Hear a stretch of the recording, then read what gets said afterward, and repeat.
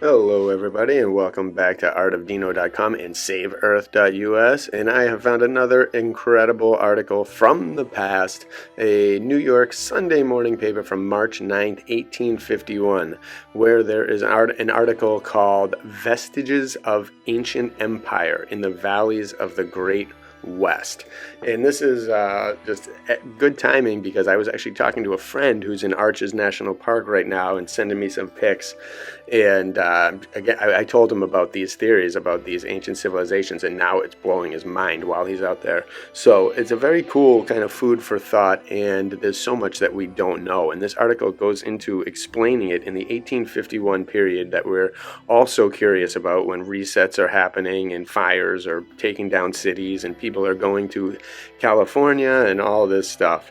Meanwhile, vestiges of ancient empires exist in the valleys of the Great West, and people are talking about it during this time period. And so it's interesting to get their opinions then, because we're talking about it again now over 150 years later, and we're still kind of as clueless, and the facts are still just as hidden. And this article goes to explain it as it was back in 1851. So very cool, a lot of interesting stuff in this one. Definitely check it out. And let's just get right into it. I'll toss some pictures that I can find of regular photos, some AI, a whole collection, and art and all kinds of stuff. So enjoy the collection as well to go along with this. So here we go. Vestiges of Ancient Empire in the Valleys of the Great West.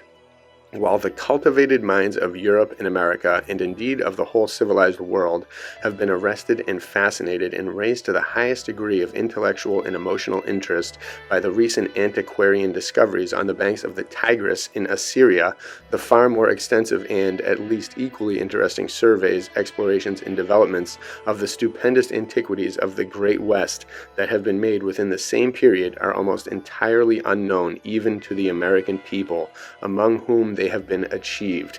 So again, the news tells only what it wants to tell. News is happening all the time. Discoveries are constantly being made.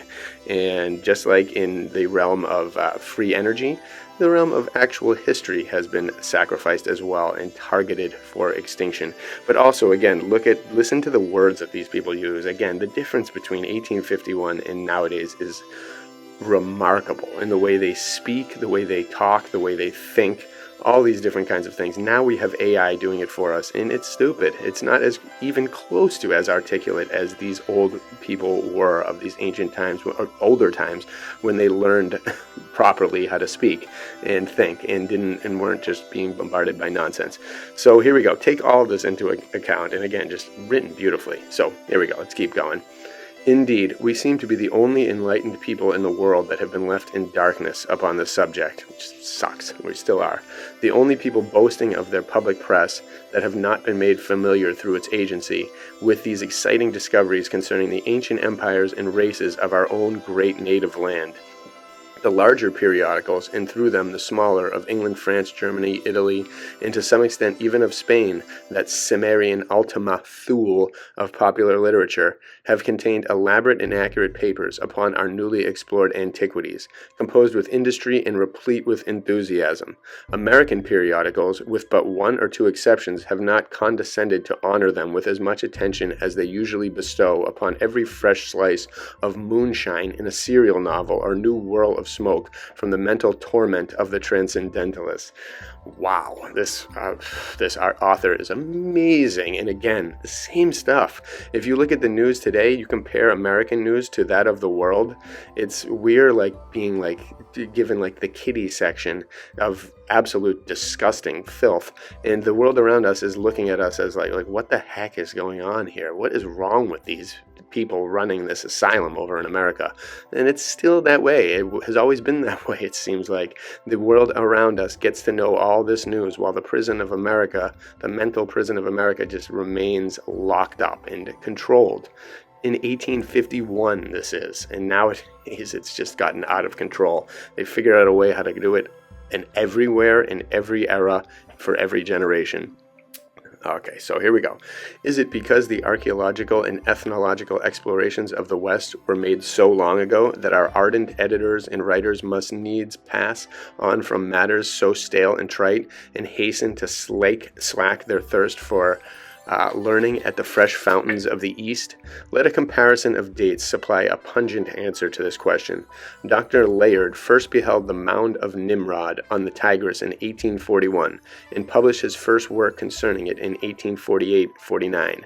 Although many travelers had written speculatively of this mound and that of Babylon through the previous century, the first extensive survey and exploration of the American mounds was also commenced in 1841, or the year before, and the first authentic account, or even mention, of most of them was published by the Smithsonian Institute in 1848 in one of the handsomest quarto volumes ever printed in this country. So that gives the Smithsonian 7 years, over 7 years, to do what they want with this information, to manipulate it, to change it, to alter it, to destroy it, to come up with their story that's going to work. That's a lot of time. So here we go. Who has read it? He's talking about that Smithsonian thing that was released in 1848, and he asks, who has read it? I wonder if you can even find it now. We need not ask who has read Layard's Nineveh, but who reads an American book? Who has read the ancient monuments of the Mississippi Valley, comprising the results of original surveys and explorations by E.G. Squire, A.M. and E.H. Davis, M.D.?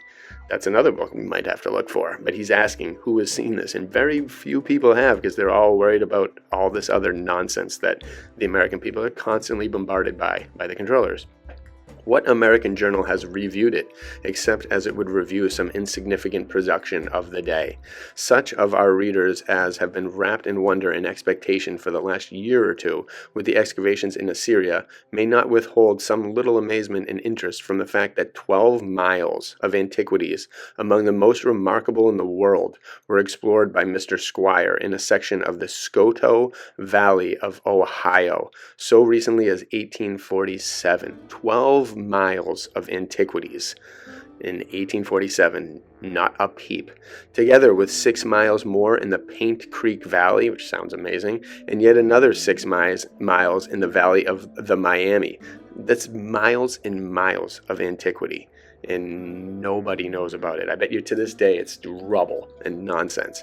In the beautiful plain at the confluence of the Scioto and Ohio rivers, he measured not less than 16 miles of other ancient works, extending continuously in parallel lines about 210 feet apart, and he states that if he were to include the walls of the entire series, they would amount to upwards of 20 miles. Shall we proceed to describe them, or would the labor be in vain?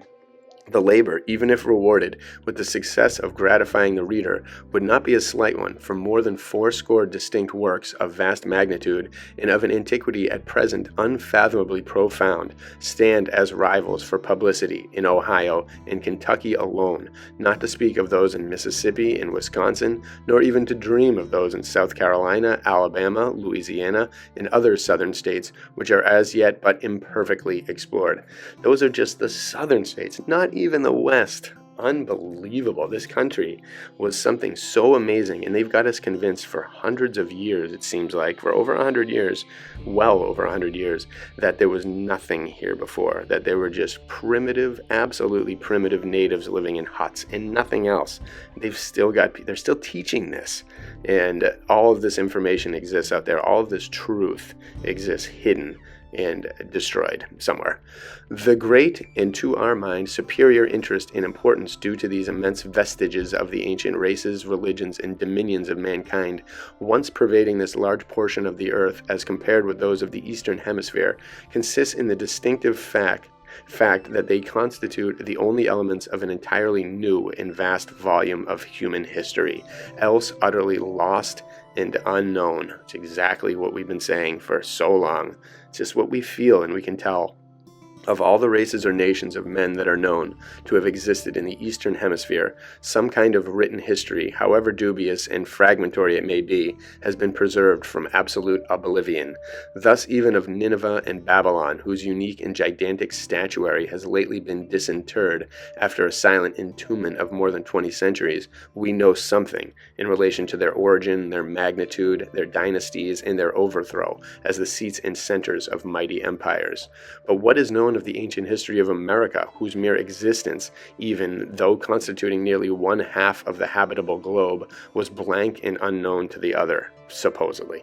It is true the recent excavations of Nineveh have disclosed some mythological sculptures which bear a remarkable and curiously suggestive resemblance to those discovered in Yucatan and other ruins of Central America, and they may eventually tend to establish the theory that this particular portion of our continent, so peculiarly situated in relation to the conducting chain of the West India Islands, may have been colonized from the Assyrian plains, if not, as was the previously supposed, from the banks of the Nile. And that has been coming up a lot. And again, it just proves that the world was interconnected. That is what they are trying to eliminate from our history. Again, once these big factors, they always try to eliminate. Oh, the ancient people couldn't move. The Spanish were the first ones to ever see them. No, they were traveling like crazy around this entire world. This was no ocean could stop them. Nothing could stop them from doing it, and they were interconnected. That is a fact. Egypt connected to South American civilizations, and North America, whatever was there, was possibly the most important of all because it's the most destroyed and least talked about. But here we go. Upon the incomparably more extensive in numerous monumental vestiges of ancient empire, vast agricultural population, and consequent civilization, which abound over the whole northern area of this continent, they shed no ray of light whatever, unless it may be the negative one, which may not be unimportant, of absolute dissimilitude and non-relationship. Boom. All intentional. Guaranteed. All by design.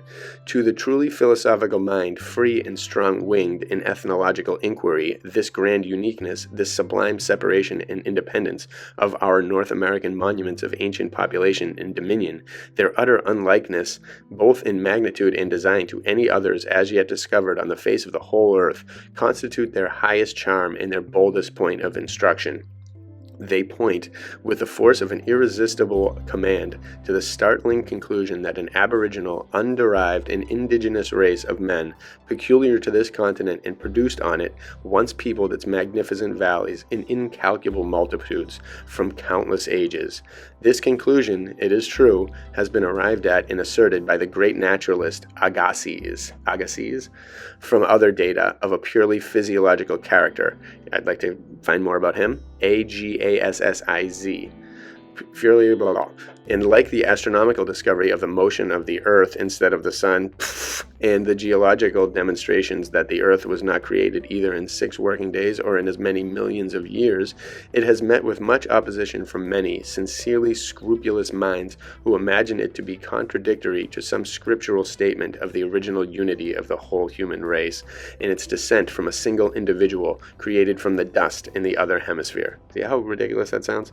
More liberal views, however, concerning the scope and design of the sacred scriptures, and more careful inquiries into the figurative meaning of cosmographical passages previously adopted literally, have greatly mitigated the asperity of the unnatural conflict between the Word and the works of the Creator, and allowed science to advance comparatively free from the trammels of a narrow and tyrannous theology, bearing onward the lamp of truth, beaming with evidence direct from the divine hand. So well written.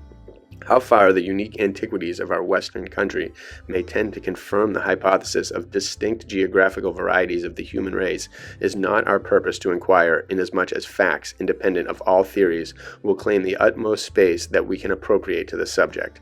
There are some prevalent errors, however, in relation to these American remains, which it may be necessary very briefly to notice. They are commonly supposed to consist of mere mounds of earth, containing arrowheads, stone hatchets, and occasionally the skeletons of Indians. Hence, many writers have classed them with similar mounds that exist abundantly in many parts of the Old World. From the steppes of Siberia down to the shores of the Black Sea, the Bosphorus in the Mediterranean, and from northern Scandinavia to the British Islands, where they are found more numerously than in any other country, doubtless from insular causes of excessive population, and where they are known by the name of barrows. So again, just talking about mounds and barrows, how they are all over the world, not just unique to here. They kind of erased that and made them unique to here so that they would be purely Native Americans, but they are not. And I still think that they are, I don't know, either maybe a flood, a mud flood did that, or there was a fleets of airships dumping dirt on every single thing that was important for the future to erase. So I do think that there's some way, because it's so strategic how these mounds are all covered, and they're covered with life, and then plants grow on them. That's the best way to hide something. A golf course, a cemetery, all of these things. And a mound, you just dump a bunch of stuff on it, grow plants on it, and people think it's a hill. How easy is that? And a couple of generations later, it's gone. They won't even think of it, especially when you control the history books and don't even tell them to look. So again, mounds all over the place. Interconnected world. Fact. Similar tumuli exist throughout India and probably in every part of the habitable globe. On this continent, they prevail from the Great Lakes of the north down through the whole course of the Mississippi to Mexico, Central America, and Peru, and even to the waters of La Plata on the south. They are found also on the shores of the Pacific, near the mouth of the Columbia River, and on the Colorado of California. They probably constitute the first monuments of man of every variety of race and in every clime, and are therefore older than any other existing works of his hand. The pyramid, I don't believe that.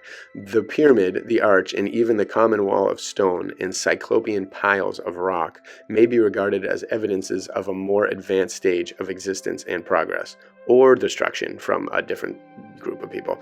They prove not the common origin and original unity of all mankind, but merely, like the articulate sounds of the human voice, similar productions as the result of a common capacity. They seem to indicate a general infancy of every variety of the human race in all parts of the earth, at so nearly the same epoch as to allow no adequate period for the younger to derive advantage from the greater experience and advancement of the older, whereas the dispersion of all mankind from a common center would have ensured to every diverging branch or family the benefits of every improvement that had arisen at the first permanent seat of population. When Cain, says the scripture allegory, the only existing child of Adam, went forth a wandering fratricide to other lands, he bore that with him which ensured him not only protection but welcome among a strange people, and he married and built a city. In short, the universality of artificial mounds over the whole earth, like the geological evidence of the production of new species of the inferior animals at distinct epochs, seems to indicate a nearly synchronous production rather than a slow dispersion of the human race. Again, so much we don't know, and to me, it just always points to people beyond the poles. Much more land, much more advancements, and this place just gets reset and built upon and reset and built upon, and new history and built upon and destroyed and reset, all that for so long. For how long, I don't know. According to the Jains, it's been going on forever with no beginning, and will go until no end. But the vestiges of the American variety of our species, to which we design to invite the attention of our readers, as time and convenience may afford us opportunity, are not these mounds merely, which are common to the whole world, and which are to be counted in this country by tens of thousands, but other structures of a far more elaborate and skillful kind, which are strictly and strikingly peculiar to this continent, if not indeed to that northern portion of it now comprising the United States. This is where the stuff that we need to find and we need to rediscover and we need to publish and tell everybody about and teach generations and future people about, and get many explorations and archaeological excavations set towards. They are structures exhibiting a perfectly geometrical topography and wonderfully comprehensive design. They are perfect circles connected with accurate squares, parallelograms, octagons, and other varieties of polygon and angle, although their circumvallations are sometimes more than a mile in extent. This has been demonstrated in numerous instances by careful measurement, and the fact itself demonstrates that these ancient builders had not only a standard of measurement, but a means of determining angles over vast areas, which the most skillful engineers of the present day would find it difficult to devise, without the use of instruments at once optical and mathematical, and some ability to fly and get a view from up above. They must have had that. Vimanas, airships, whatever it was, they did it. These regular enclosures, in some instances, embrace several hundred acres, and in others, mere areas for altars of sacrifice and mounds of distinguished sepulture. Indeed, they have been lately classified as works of defense, of religion, and of public convention. But again, that's what they've been classified as by modern people who have no clue. Of the mounds, truncated pyramids and other edifices, some of which still retain great elevation, some are classed as mounds of observation, of sacrifice, of sepulture, and of worship. Again, all so simple of an explanation for something they know nothing about. And nothing about the people that lived there. They might not think anything like us, while others remain anomalous and of unknown appropriation. Among the works of art obtained from these immemorial monuments, we can here only briefly mention vases and other pottery of good design and workmanship, with many sculptures of beasts, birds, and reptiles hereafter to be more particularly described. In addition to these is a great variety of implements, instruments, weapons, and personal ornaments in metals and other minerals. These works of art alone require about 150 engravings, without including many minor specimens that have never been thus illustrated. Another singular variety of what may be termed works of art are the colossal basso relievos of earth, some extending over many acres, in the form of animals, probably the de minores of the popular faith. Indeed, the clue afforded by these and other evidently favorite works to the peculiar religion of this ancient American race will be found one of the most interesting objects in this new and affluent field of archaeological research. Wow. And that was when it was a new field. It was really starting to come and starting to be hidden, and discoveries were being made all the time. And as you can see in the papers and things that myself and others like the archivist and everyone else find, there are so many different times when they find the bones of X, of giants, the jewels, the cave that goes on forever, a massive mound, a salt cave, tunnels and more tunnels, pools, underwater rivers, underwater streams, underwater temples, underwater vaults. All of these things were constantly being found. But when were we taught these in school? Because I wasn't taught any of this. I was taught Native Americans were here. They knew nothing. They were the only ones here. This place was totally empty and void of any type of tech or structure. And that is clearly not the case, as we have all in this community rediscovered and put out there. So hopefully the archaeological discoveries from this time will not go and be completely lost and destroyed.